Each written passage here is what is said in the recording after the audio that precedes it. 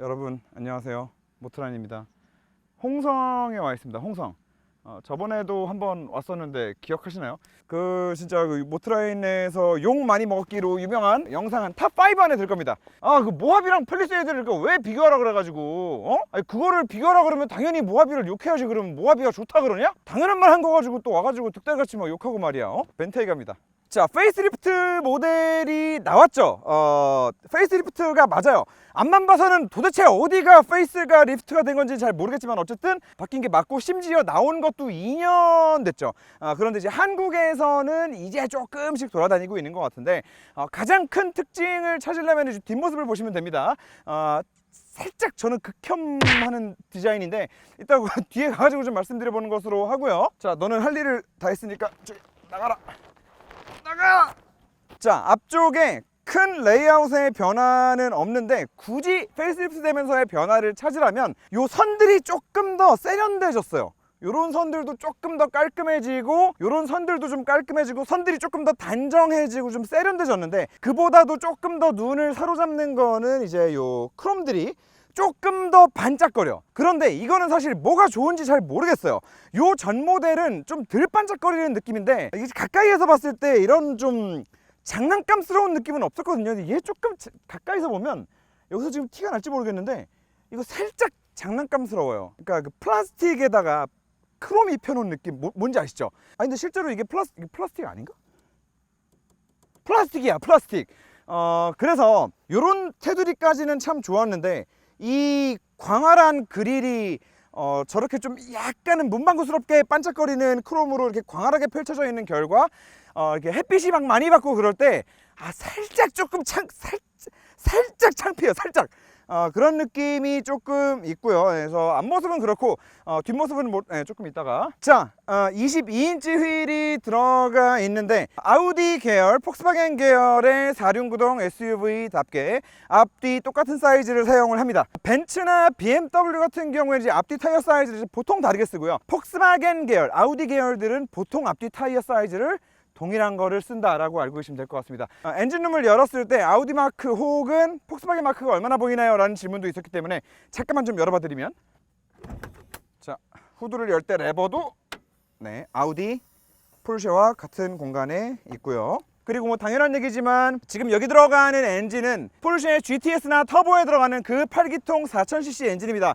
그래서 흡기가 들어가는 라인도 당연히 동일하고요. 근데 이거 뭐 다 덮여 있어가지고 어디 로고가. 자, ECU에 폭스바겐 찾았고요. 그 외에는 안 보여. 트렁크 가지고 조금 더 찾아보는 것으로 하겠습니다. 자, 그리고 이제 후드 같은 경우에 이제 후드 여기 방음제가 붙어 있는데, 이게 모르겠어요. 일부러 얘네가 이렇게 디자인한 건지는 모르겠는데, 포르쉐나 아우디나 폭스바겐에서 이런 패턴의 흡음재를 본 적은 없거든요. 요거 플라잉 스퍼 도어 쪽 가죽을 생각해 보시면은, 그 플라잉 스퍼가 가죽을 되게 특별하게 성형을 해서 이런 다이아몬드 패턴의 가죽 도어 트림을 만들었었잖아요. 그거랑 똑같은 패턴이다. 그렇게 보여지고, 실내 살짝 좀 보여드리면, 그때 플라잉 스퍼에서 봤던 거랑 마찬가지로 네임 오디오가 들어가 있는데, 그 플라잉 스퍼에 들어가 있던 네임과는 또 조금 한 단계에서 두 단계 정도는 좀 낮은 하이가 들어와 있는 게 아닌가, 음악을 그냥 들었을 때 느껴지는 걸로만 본다면. 그리고 운전석 나머지 부분은 운전하면서 또 설명을 드려보는 것으로 하고, 뒷자리가 4시트입니다. 이 차량 같은 경우에 이제 기본 모델에다가 700만원짜리 이제 4시트 옵션을 넣어서 뒷좌석이 2인 시트로 구성이 되어 있습니다. 그래서 가운데 시트 대신에 이런 이제 콘솔 박스가 들어가 있고, 4시트인데도 이 가운데 센터를 완전히 막아놓지는 않았어요. 그래서 이 부분은 아마 벤테이가가 익스텐디드 휠베이스 모델도 나오거든요. 그 모델 가가지고 4시트 옵션을 넣으면은 여기가 싹 막히지 않을까?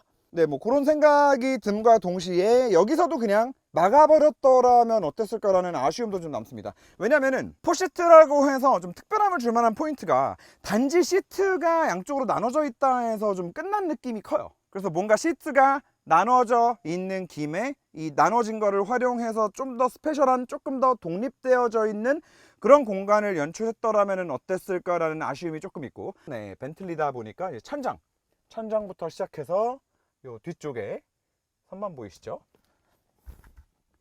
이거는 진짜 인간적으로 자석 좀, 이걸 자석 붙여주면 안 되냐 이거는?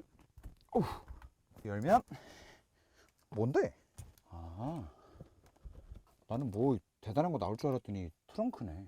아, 참고로 요 뒤에 있는 거는 지금 네 홍성의 대하 처리입니다. 대하. 네, 대하 포장했습니다. 자, 아무튼 뭐 그렇습니다. 그리고 이제 4시트이기 때문에 요거 살짝 살짝 귀여운 귀여운 무기 고프로 올려놓으면 딱 잘 어울릴 만한 이런 테이블이 하나 있고요. 뭐 가죽이 뭐 황홀합니다. 황홀해. 와, 가죽 결 보이시나요? 자, 아무튼 뭐 4시트의 장점이 그렇게 크게 많이 느껴지지 않는다라는 말씀까지 드렸는데, 여기서 또 한 가지 아쉬운 거는 그거예요. 독립 시트를 만들어주는 것도 좋지만 이제 각 시트의 등받이 각도를 조금 더 뒤로 누울 수 있게 만들어주는 것 또한 굉장히 좀 중요한 요소인데, 자, 잠시만요. 시간이 좀 걸립니다.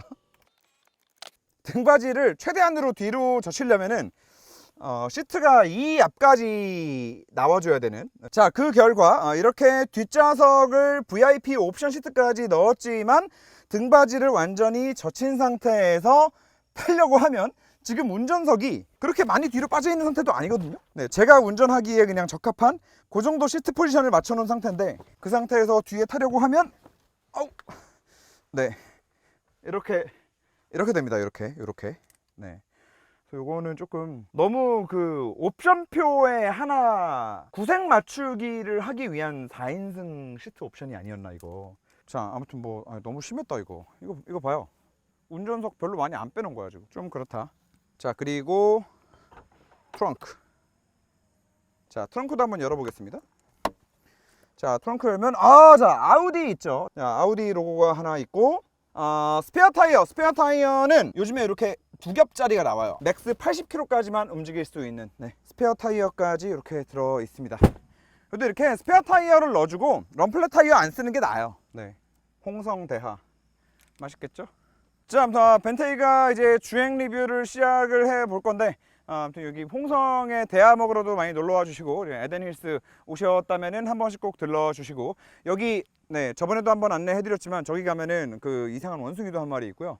네, 저기 뭐 철갑상어도 있고요. 아직 염소 2마리 있어요. 동물원 아닙니다. 동물원 아니고요. 일단 잔디밭이 굉장히 넓어가지고, 그리고 이 안쪽으로는 차들도 많이 앉아다니고, 그래서 아이들 그냥 뛰어놀고 공놀이 하기에도 너무 좋고, 카페 맛있는 거 많고요.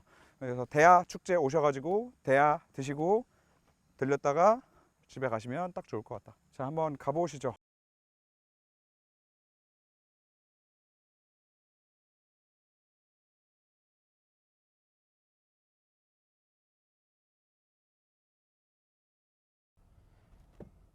자, 일단 기름부터 넣고 출발을 해보도록 하겠습니다. 기름을 왜 넣냐? 아주 그냥 뻑하면 기름을 넣습니다. 거의 뭐 G63의 뺨싸대기를 때린다. 자, 그리고 방금처럼 이렇게 좁은 길에서 턴에서 빠져나올 때 굉장히 치명적인 단점 중 하나가, 저는 이해를 잘 못하겠어요. 후륜 조향이 빠져 있습니다. 그럼 뭐 이 차에 후륜 조향이 빠질 수밖에 없었던 무슨 뭐 특별한 사유가 있었던 건 아닐까? 아무리 생각을 해봐도 같은 플랫폼으로 만드는 투아렉, 그리고 Q7, Q8, 그리고 카이엔 쿠페, 심지어는 우루스, 마지막으로는 이 똑같은 모델의 벤틀리 익스텐디드 휠베이스 EWB 모델이 또 이제 있거든요. 그 녀석까지도 후륜 조향이 다 들어가는데 얘는 없다. 그리고 선택조차 못한다. 그래서 이거는 아무리 생각을 해도 뭐 이 차에만 후륜 조향이 들어가지 못할 뭐 다른 이유가 절대 보이지 않기 때문에 굉장히 좀 불만스러울 수밖에 없는데, 그런 포인트라고 할 수 있겠습니다. 얘가 휠베이스가 절대로 짧은 모델이 아니거든요. 그리고 얘보다 휠베이스가 짧은 카이엔이나 카이엔 쿠베도, 물론 카이엔 같은 경우에는 이제 뭐 회전 반경을 줄여준다라기보다는 이제 좀 스포츠 주행에 도움이 될 수 있는 그런 차원에서의 후륜 조향을 넣었다라고 보는 게 맞기는 하겠지만, 어쨌거나 같은 플랫폼을 사용하는 다른 모든 차 중에는 다 들어가는 거를, 심지어 얘도 휠베이스가 더 긴 EWB 모델에는 후륜 조향을 넣어주면서 여기는 선택도 못하게 해놨다?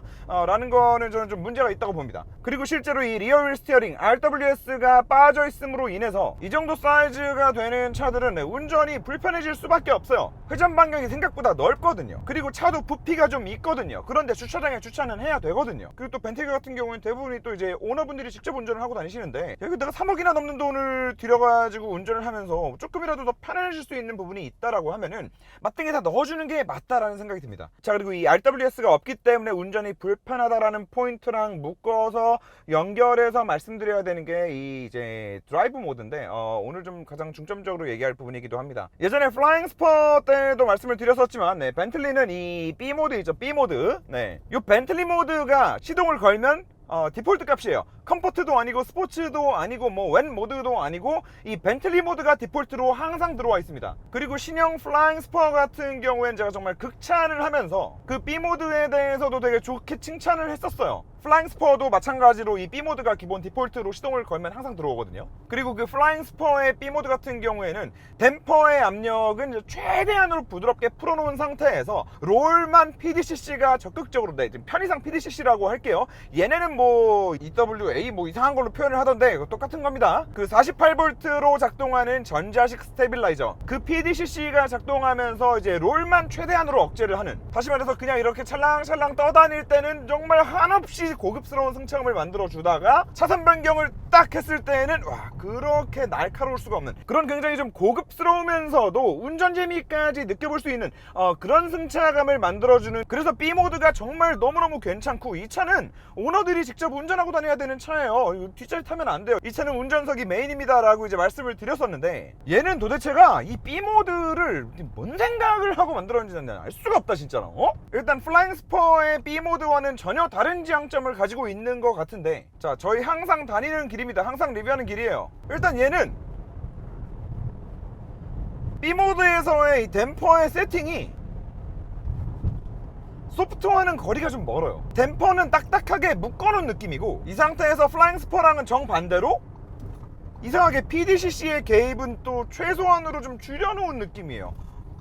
그리고 이게 모드를 컴포트로 바꾸잖아요. 그러면 얘는 이 컴포트 모드가 그 플라잉 스퍼의 B 모드처럼 댐퍼의 압력을 싹 풀어서, 얘도 이제 3챔버 서스펜션이 들어가거든요. 뭐 카이엔이나 Q8이나 이런 데 다 들어가는 3챔버 서스펜션이 들어가는데, 그 특유의 고급진 느낌도 이제 좀 싹 나면서, 그리고 오히려 컴포트 모드에서는 이 물러진 서스펜션에 비해서 롤 억제도 굉장히 좀 상당히 잘 깔끔하게 잘 되는 거 보면 PDCC의 개입도 오히려 컴포트 모드에서 더 많아지는 게 아닌가 싶기도 하고요. 그리고 컴포트에서 굉장히 좀 찰랑찰랑 거리는데도 PDCC가 굉장히 좀 적극적으로 잘 개입을 해주고 있기 때문에 고속에서 이런 코너를 감아나가는데 전혀 부담스럽지 않은, 그리고 그 와중에 이제 고급감을 크게 해치지도 않는 그런 승차감을 보여주는 것 같아요. 자, 그런데 여기서 이제 또 한 가지의 문제는, 요 이제 같은 플랫폼을 사용하는 형제차들을 쭉 이제 놓고 보았을 때, 그러면 벤테이가의 컴포트 모드가 그 중에서 가장 승차감이 좋냐?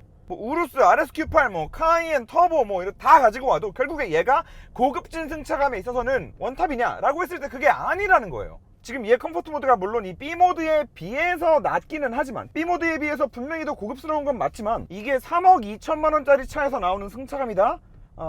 라는 거를 대입하고 보았을 때는 그렇지 않다는 거죠. 이게 방지턱 넘을 때 이거는 솔직히 차가 좀 뭐가 좀 잘못됐나 싶을 정도의 승차감인데, 이게 영상에서 지금 보일지 모르겠는데 방지턱을 넘었다가 떨어질 때 있죠.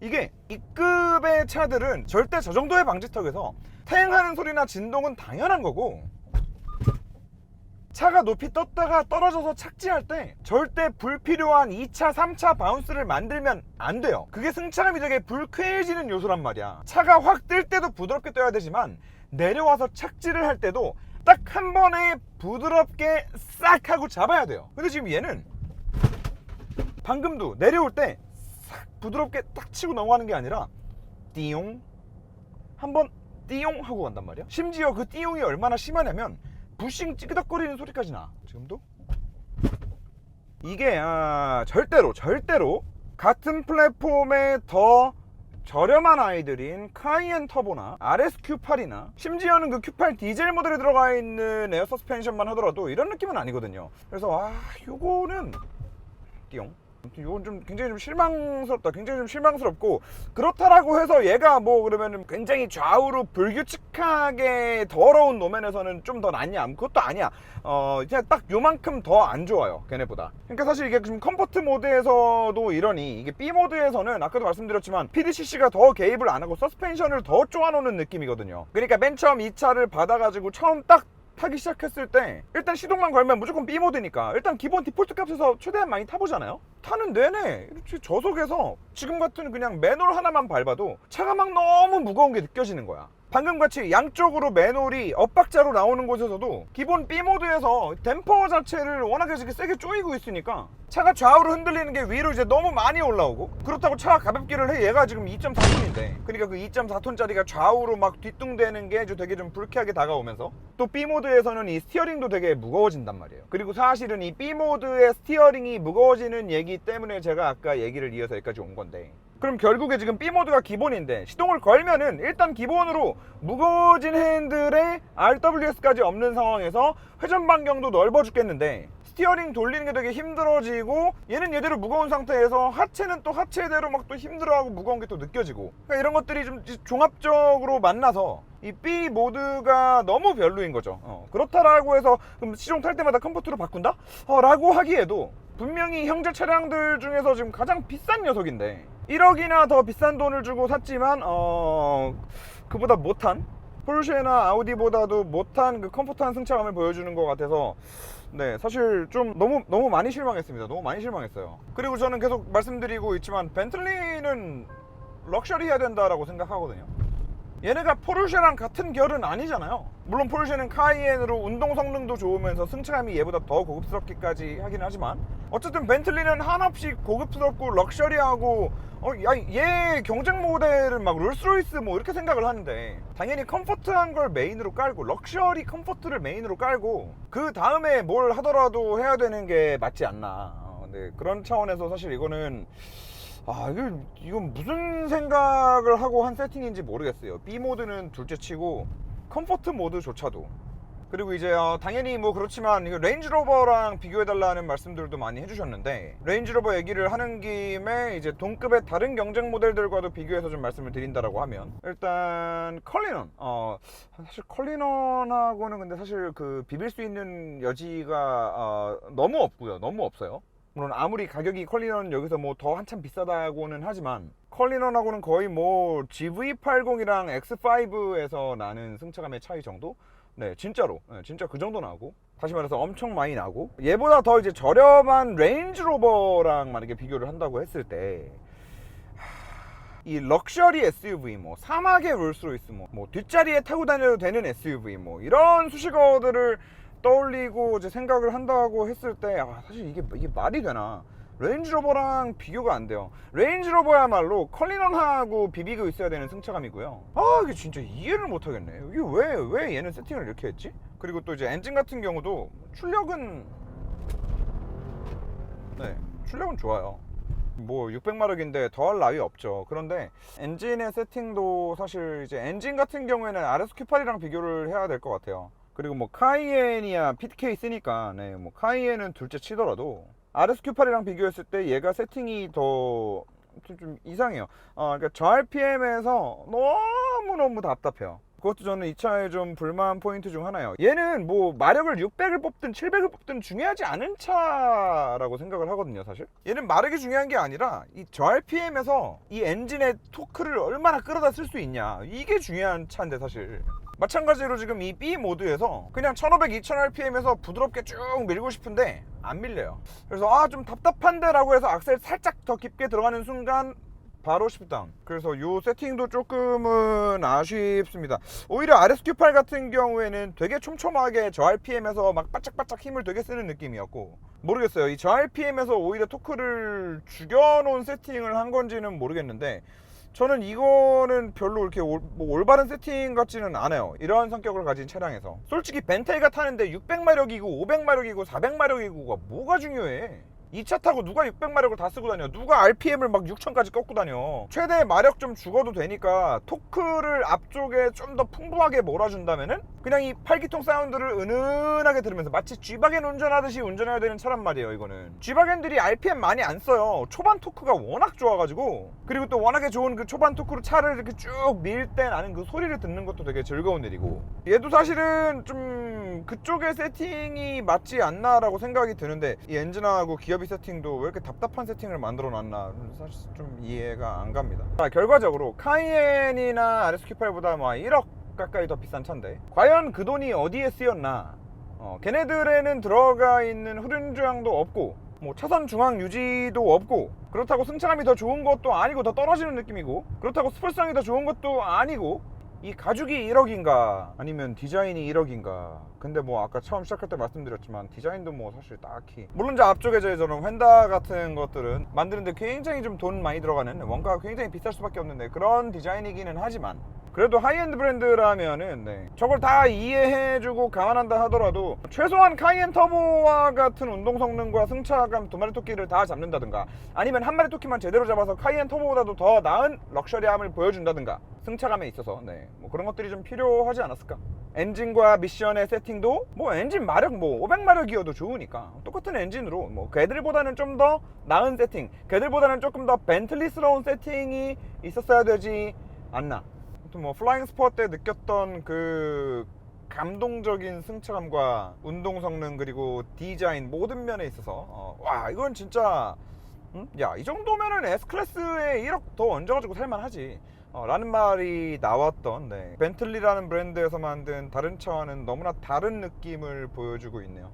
이게 뭐 모르겠습니다. 사람 관점에 따라서는 야, 무조건 막 묵직하고 좀 무거운 느낌이 나고 좀 뒤뚱거려도 상관없어, 야, 무거운 느낌이 럭셔리지, 뭐 그런 관점이 있다라고 하면은 뭐 그런 관점에서는 높은 점수를 줘야 되는 건지는 모르겠지만, 좀 극단적으로 롤스로이스 컬리넌 같은 차량을 타면 그 돼지 같고 그 크고 그 무거운 차가 사뿐사뿐하거든요. 절대로 그 무게감이 느껴지거나 답답함으로 다가오지는 않기 때문에, 그리고 그건 레인지로버도 마찬가지고요. 그렇기 때문에 뭐 이 묵직한 느낌이 좋은 거다라는 말에는 저는 동의가 안 되네요. 자, 벤틀리 벤테이가 2015년에 처음 이제 발표를 했고 16년부터 팔기 시작해서 지금 16, 17, 18, 19, 20, 21, 22 페이스리프트 모델이 나온 지도 또 이제 2년이 됐습니다. 그래서 왠지 느낌에 사실상 이제 곧 풀모델 체인지를 앞두고 있는 모델이 아닌가라는 생각이 들고, 벤틀리가 뮬산을 단종시켰죠. 뮬산을 단종시키면서 이 뮬산의 후속, 그 뮬산이라는 타이틀의 계보를 좀 이어서 갈 만한 차량으로 이 벤테이가의 EWB 모델, 휠베이스가 긴 모델을 생각을 하고 있는 것 같더라고요.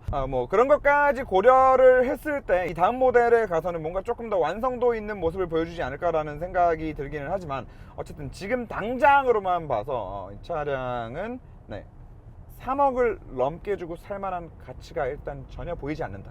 제가 가끔씩 뭐 1억, 2억짜리 차 놓고서 우와, 이 차 가성비가 좋아요 라고 하면, 야, 2억이 어떻게 가성비가 좋아 라고 하시는 분들이 있는데, 가성비는 무조건 싸다는 게 아니죠. 그 차 가지고 있는 그 품질이나 상품성이나 성능 대비 싸다는 겁니다. 그런 관점에서 레인지로버가 굉장히 가성비가 좋은 차라고 저는 항상 말씀을 드리고, 그리고 또 그와 같은 맥락에서 지금 이 차량은 한마디로 가성비가 꽝인 차다 라고 말씀을 드릴 수 있을 것 같네요. 자, 여러분, 오늘 여기까지 하는 것으로 하겠습니다. 에덴힐 스틸링파크 많이 놀러와 주시고, 모트라인 구독과 좋아요 눌러주시고 한 번씩, 다음 영상에서 또 인사드리겠습니다.